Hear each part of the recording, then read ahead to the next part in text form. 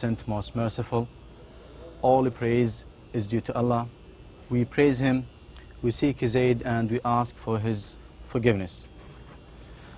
Dear students, today we will start the 9th lecture, which talks about pragmatics. And we will know the meaning of pragmatics, and we have subtitles like context, deixis, reference, inference, anaphor, till the negative and positive face. As usual, we start by defining pragmatics. And pragmatics is the study of what speakers mean, or speaker meaning. Now, in many ways, pragmatics is the study of invisible meaning, or how we recognize what is meant even when it isn't actually said or written. In order for that to happen, speakers or writers must be able to depend on a lot of shared assumptions and expectations when they try to communicate. The investigation of those assumptions and expectations provide us with some insights into how more is always being communicated than is said. Now, imagine that you see this sign: heated, attendant, and parking.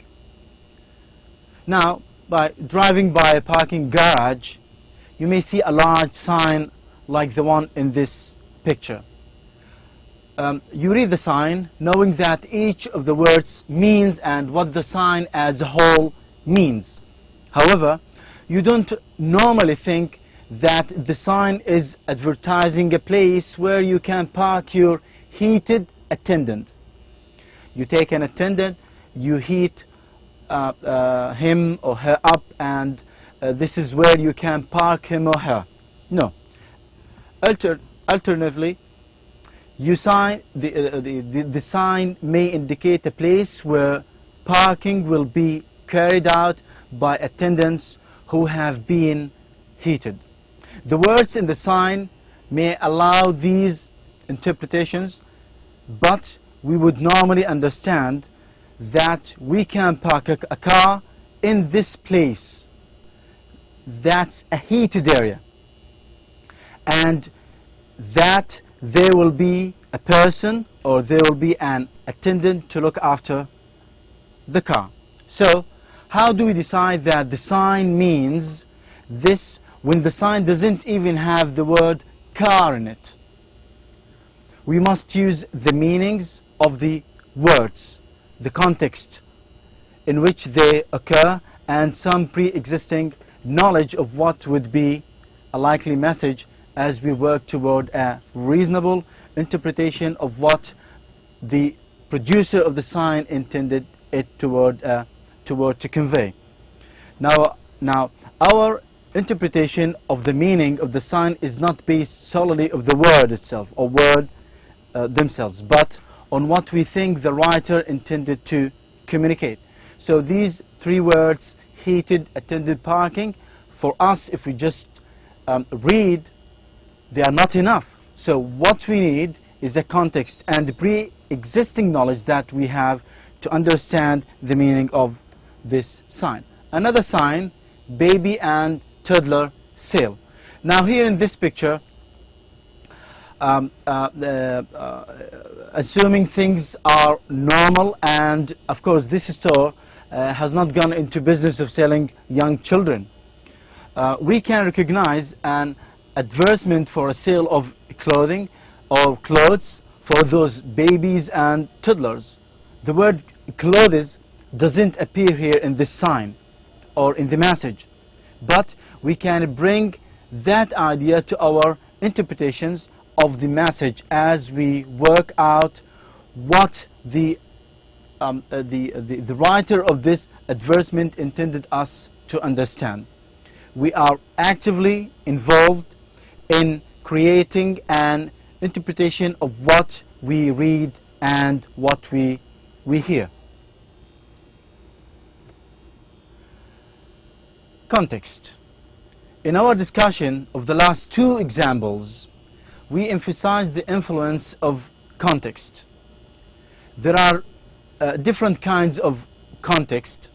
One kind is described as linguistic context, also known as co-text. The co-text of a word is the set of other words used in the same phrase or sentence. The surrounding of co-text has a strong effect on what we think the word probably means.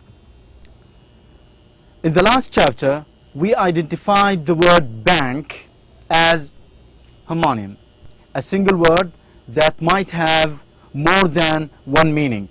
Now, or how do we usually know which meaning is intended in a particular sentence? We normally do so on the basis of linguistic context. If the word, for example, bank is used in a sentence together with words like steed or overgrown, we have no problem deciding which type of bank is meant.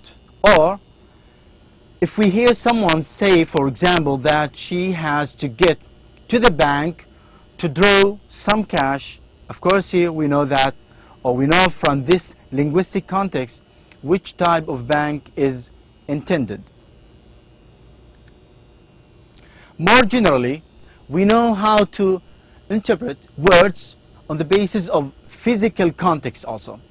If we see the word bank on the wall of a building in a city, the physical location will influence our interpretation. While this might seem rather obvious, we should keep in mind that it is not the actual physical situation out there that constitutes the context for the words or sentence.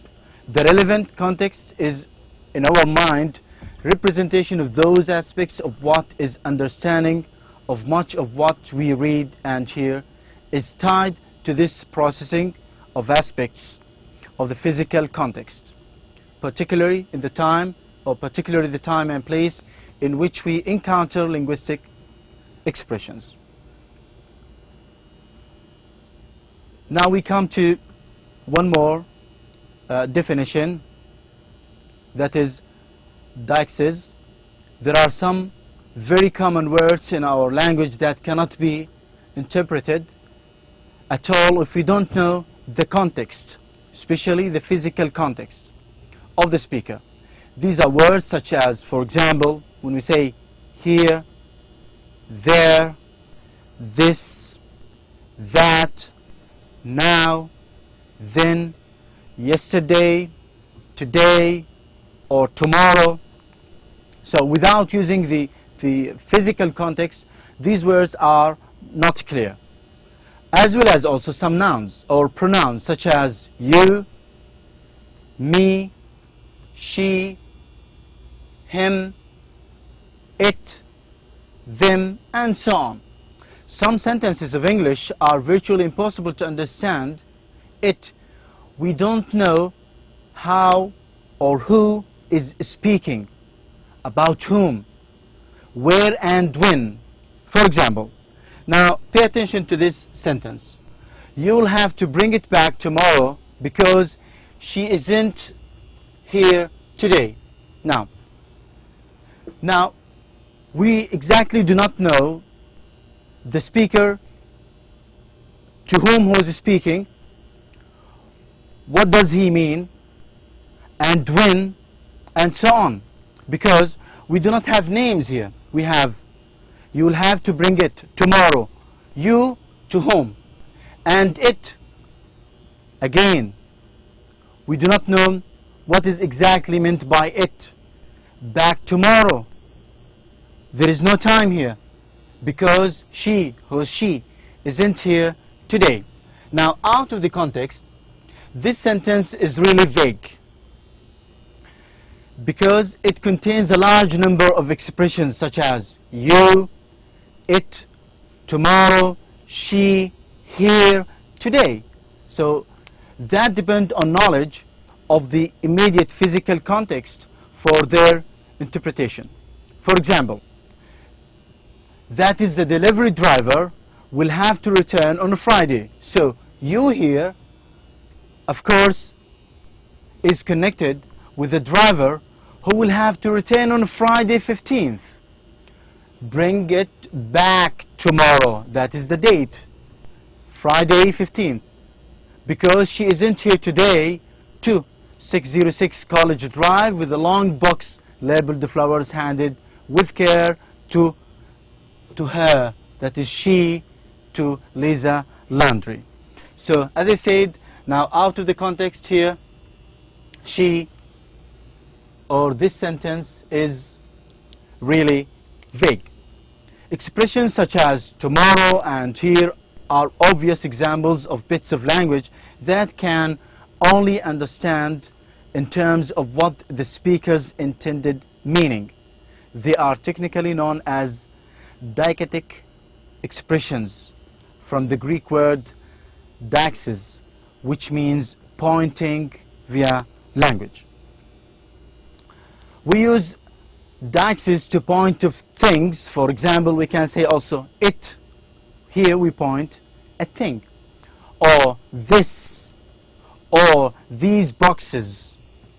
And sometimes also we use deixis to point people when we use, for example, some pronouns: him, them, those students, and sometimes called person deixis. Words and phrases used to point to a location: here, there, near that, away from, and so on, are examples of spatial deixis. And those used to point to a time, for example, now, then, last week, last summer, and so on. All these deichetic expressions have to be interpreted in terms of which person, place, or time the speaker has in mind. We make a broad distinction between what is marked as close to the speaker. For example, this, when I say this, of course, here I'm using an expression which is close to me, to the speaker.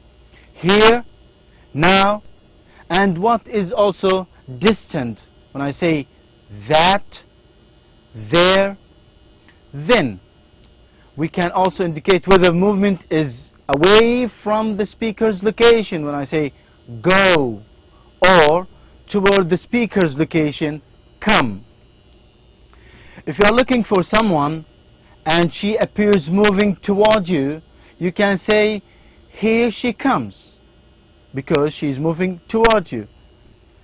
If, however, she is moving away from you in the distance, you are more likely to say there she is, because she appears moving away from you. The same deichetic effect explains the different situations in which you would tell someone to go to bed versus come to bed. References. We have talked about deixis. We assume that the use of words to refer to people, places, and times was a simple matter. However, words themselves don't refer to anything. People refer. For example, we have to define references such as act by which a speaker or writer uses language to enable a listener or reader to identify something. To perform an act of reference, we can use proper nouns. For example, we can use, for example, Chomsky. It is the name of a writer. Jennifer, Weskus.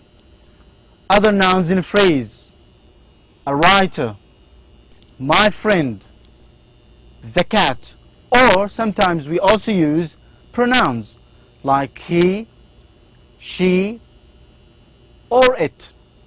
We sometimes assume that these words identify someone or something uniquely, but it is more accurate to say that for each word or phrase. There is a range of reference the words, for example, Jennifer or friend or she, can be used to refer to many entities in the world. As we observed earlier, an expression such as the war doesn't directly identify anything by itself because its reference depends on who is using it, who is using the word war. We can also refer to things when we are not sure what to call them. We can use expressions such as the blue thing. We do not know the name, but we can use the expression the blue thing. And that icky stuff. And we can also even invent names. For example, there was a man who always drove his motorcycle fast and loud through my neighborhood and was locally referred to as Mr. Kawasaki. Now here we have invented a name, or we have borrowed the name of a brand of a motorcycle by giving it to a name of a person or the man who was always drove his motorcycle fast and loud through my neighborhood by Mr. Kawasaki. In this case here, a brand name of a motorcycle is being used to refer to a person. Inference. As in the Mr. Kawasaki example, a successful act of reference depends more on the listener's ability to recognize what we mean than on what the listener's dictionary knowledge of a word we use. For example, in a restaurant, one waiter may ask another one, "Where is the Spanish salad sitting?" Now, it could be a vague question to us, but here the answer is, he's sitting by the door. Now, where is the Spanish salad? Now, what does the salad and Spanish salad here mean? To the second waiter, he understood by giving the answer, he's sitting by the door. So we can know that salad here means a name of a person. Now, if you are studying linguistics, you might ask someone, "Can I look at your Chomsky?" Now, we said Chomsky is a name of a writer, a name of a person, proper noun. Now, the answer comes from a second student, yes, it's on the shelf over there. Now, how comes that? Can I look at your Chomsky, a name of a person, and the other one saying, yes, it's over there on the shelf. Now, these examples make it clear that we can use names associated with things. Salat refer to people. Now, when someone asks you, for example, or if you receive a question, where is the Spanish or whatever salat sitting, it means that salat refers to a people, a person, and use names of people like Chomsky to refer to things, a book, a dictionary, a linguistic book, a language book. Now, the key process here is called inference. An inference is additional information used by the listener to create a connection between what is said and what must be meant. In the last example, the listener has to operate with the inference. If X is the name of the writer of a book, then X can be used also to identify a copy of a book by that writer. Here, Chomsky is a name of a writer, and Chomsky can be also a name of the book. Why? This is called as inference. Similar types of inferences are necessary to understand someone who says that, for example, Picasso is in the museum.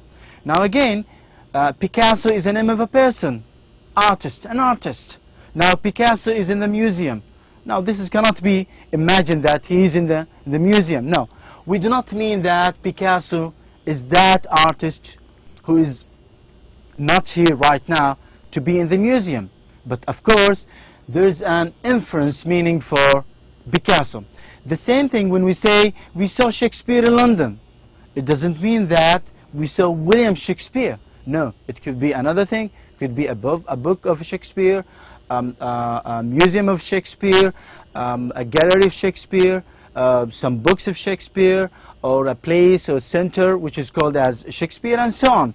So here is the meaning as inference meaning. Or Jennifer is wearing Calvin Klein. Calvin Klein here doesn't mean that he's wearing a person. He's putting a person on. Calvin Klein here, inference to could be a goggle, a watch, which is CK, Calvin Klein, a t-shirt of Calvin Klein, could be anything, but not, of course, a person. Anaphora, we usually make a distinction between introducing a new inferent, a puppy, and referring back to them, the puppy or it. See now these examples. We saw a funny home video about a boy washing a puppy in a small bath. First we said a boy and a puppy. Next sentence we are using anaphora. The puppy started struggling and shaking and the boy got really wet. Now the first one we said a boy, a puppy. In the second one we said the puppy and the boy. When he let go, it jumped out of the bath and ran away. In this type of reference or referential relationship, the second or subsequent referring expression is an example of anaphora, referring back. We are mentioning the same word which was mentioned before. A boy, he. Or a boy, the boy. A puppy, the puppy. The first mention is called the antecedent. So, in our example, a boy, a puppy, and the small path are antecedents. And the puppy, the boy, he, it, and the path are anaphoric expressions. Presumptions. When we use preferring expressions like this, he, or Shakespeare, we usually assume that our listeners can recognize which referent is intended. In a more general way, we design our linguistic messages on the basis of large-scale assumptions about what our listeners already know. Some of these assumptions may be mistaken, or of course, but mostly they are, we can say, correct and appropriate what a speaker or a writer assumes in true or known by a listener or a reader can be described as a presupposition. If someone tells you your brother is waiting outside, there is an obvious presumption that you have a brother. If you are asked why did you arrive later, here there is a presupposition that you did arrive late. And if you are asked the question, when did you stop smoking, again here there are at least two presuppositions involved in asking this question. Of course, the speaker presupposes that you used to smoke and that you no longer do so. Speech acts here, we have been considering ways in which we interpret the meaning of an utterance in terms of what the speaker intended to convey. We have not yet considered the fact that we usually know how the speaker intends us to take what is said. In very general terms, we can usually recognize the type of action performed by a speaker with utterance. We use the term speech act to describe actions such as requesting, commanding, questioning, informing. We can define a speech act as the action performed by a speaker with an utterance. If you say, I'll be there at 6, you are not just speaking, you seem to be performing the speech act of promising. So this is a speech act doing the action. We usually use certain syntactic structures with the functions listed beside them in the following table. We have, this is the structures of the questions, and here we have the questions. When I say, did you eat the pizza? Of course, this is interrogative, and it is a question. Eat the pizza, please. This is, or eat the pizza, please. This is imperative, and also it is a request or a command. It depends upon the tone of the voice. You ate the pizza. This is declarative. This is, of course, a statement. Let me just delete this. When an interrogative structure such as did you, are they, can we is used with the function of a question, it is described as direct speech act. For example, when we don't know something and we ask someone to provide information, we usually produce a direct speech act, such as, for example, can you ride a bicycle? So this is a direct act speech, because we do not know and we are asking for information to be provided by the listener. So we usually produce a direct speech act such as can you ride a bicycle. Now comparing that utterance with can you pass the salt? Now in this second example, we are not really asking a question about someone's ability or asking about formation. In fact, we don't normally use this structure as a question at all. We normally use it as a request. We request someone to give us or to do something. That is, we are using a syntactic structure associated with the function of a question. But in this case, with the function of a request, this is an example of an indirect speech act. Whenever one of the structures in the set above is used to perform a function other than the one listed beside it on the same line, the result is an indirect speech action. And here, this is the difference between direct speech action. If we do not know that someone can do, we may ask someone to provide us information. We use the direct speech act.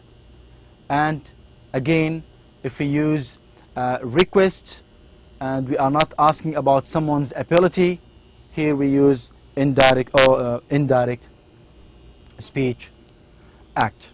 Politeness, we can think of politeness in general terms as having to do with ideas like being tactful, for example, nice to other people. In the study of linguistic politeness, the most relevant concept is, of course, face. I mean, your face.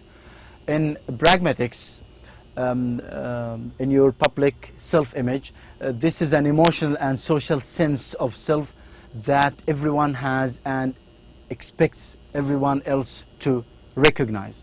Now, politeness can be defined as showing awareness and consideration of another person's face.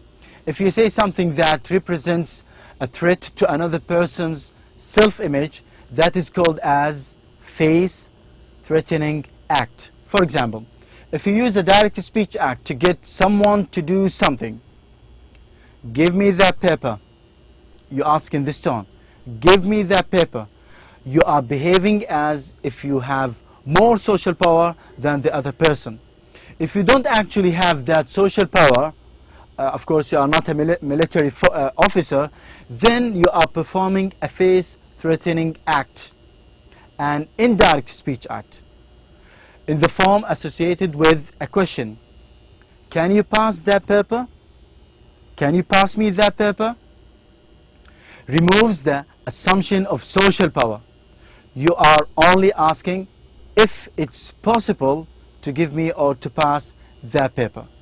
This makes your request less threatening to the other person's face. Whenever you say something that lessens the possible threat to others' faces, it can be described as a face-saving act. Now, here in the face and politeness, we have two kinds, negative and positive face. We have both a negative face and a positive face, and note that the word negative doesn't mean bad here, but it's simply the opposite of positive. A negative face is the need to be independent and free from imposition, and positive face is the need to be connected, to belong to a member of a group. So a face-saving act that emphasizes a person's negative face will show concern about imposition.